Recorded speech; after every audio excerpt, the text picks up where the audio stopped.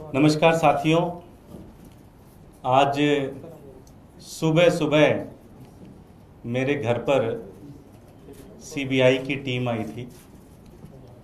मेरा ख्याल है 3 से 4 घंटे उन्होंने मेरे 2 कमरों के घर में खूब छानबीन की, जहाँ जहाँ कोना हर चीज़ चेक किया। एक एक कोई किताब मिली तो उसके अंदर एक एक पन्ना पलट के देखा, बेड शीट चेक की, जितनी भी चीज़ें थी अलमीरा चेक की, सब कुछ चेक किया उन्होंने। उन्हें कुछ मिला नहीं। जाते जाते वो, जैसे मैं एमएलए था तो मेरे घर पे बहुत सारे लोग काम कराने आते हैं, तो आधार कार्ड की एक फ़ोटो स्टेट दे के जाते हैं। तो वो 15-20 आधार कार्ड की फ़ोटो स्टेट थी, कॉपी थी, वो लेके गए और कुछ लेके नहीं गए, कुछ उन्हें मिला नहीं। 3-4 घंटे बड़े सघन रूप से उन्होंने जांच की। मेरा ख्याल है 5 से 6 लोग थे। खूब अच्छे से जांच की उन्होंने, एक एक चीज़ देखा। क्यों आए थे, किस केस के में आए थे, इसका मुझे आइडिया नहीं। ना उन्होंने बताया कि किस केस के अंतर्गत। उन्होंने एक डॉक्यूमेंट बस दिखा दिया कि हमारे पास सर्च वारंट है, हम सर्च करना चाहते हैं। मैंने कहा जी आपका स्वागत है, आप सर्च करें। उन्होंने खूब अच्छे से सर्च किया। केस का भी कुछ आइडिया नहीं कि क्यों किया, मुझे ज़्यादा समझ में नहीं आया कि वो क्यों आए थे और क्या चाह रहे थे। मुझे ऐसा लगता है, चूंकि अभी पार्टी ने मुझे गुजरात में सह प्रभारी बनाया है, अभी हम लोगों ने वहाँ पे काम शुरू किया है। मुझे ऐसा लगता है कि शायद उसके कारण डराने के लिए लाए थे, कि डरा सकें कि ये गुजरात का इनका कैंपेन पूरी तरह से ठप हो जाए, गिर जाए, कोई इनके साथ खड़ा ना हो, कोई इनके साथ चले ना।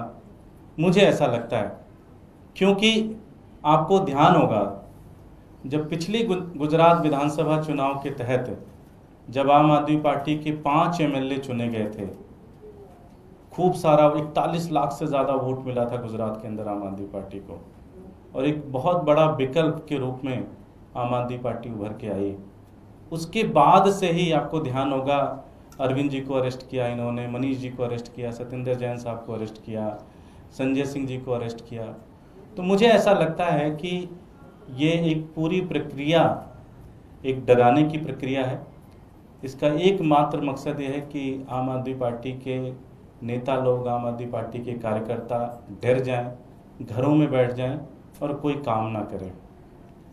मैं एक जिम्मेदार नागरिक होने के नाते इस देश का, मैं ये चीज़ ज़रूर कहना चाहता हूँ कि सीबीआई या कोई भी जो एजेंसी है, उनको मैं पूरी तरह से कोऑपरेट करूँगा।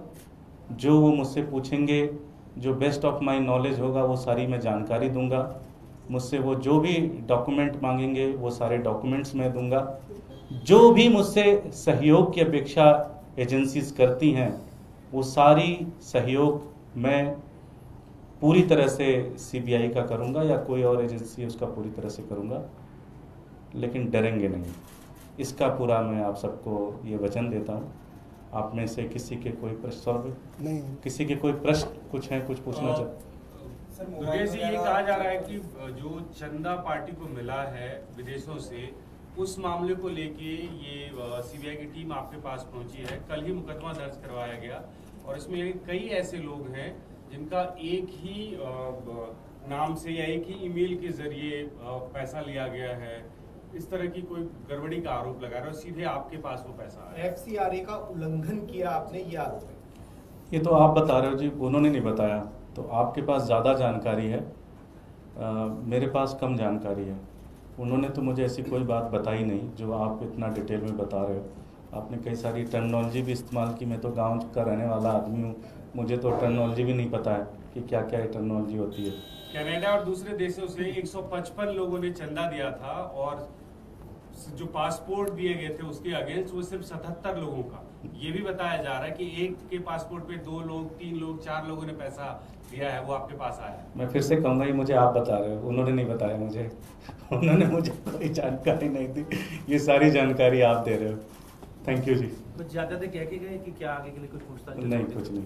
क्या आगे समन को लग रहा है आपको कोई समन वामन होगा? और ऑल्सो पिछले एक हफ्ते में एक तरफ रॉबर्ट वाड्रा पे ईडी की कार्रवाई, सोनिया गांधी और राहुल गांधी पे ईडी की प्रोसिक्यूशन कंप्लेंट फाइल हुई है, दूसरी तरफ आप लोगों पे सीबीआई की कार्रवाई शुरू हुई है, कैसे देखें? देखिए, ये तो जग जाहिर है, मुझे लगता है कि ये कहने की ज़रूरत नहीं है, बल्कि पूरी दुनिया में ये पता है कि भारतीय जनता पार्टी इलेक्शन इसलिए जीतती है क्योंकि वो अपोजिशन को ख़त्म करना चाहती है।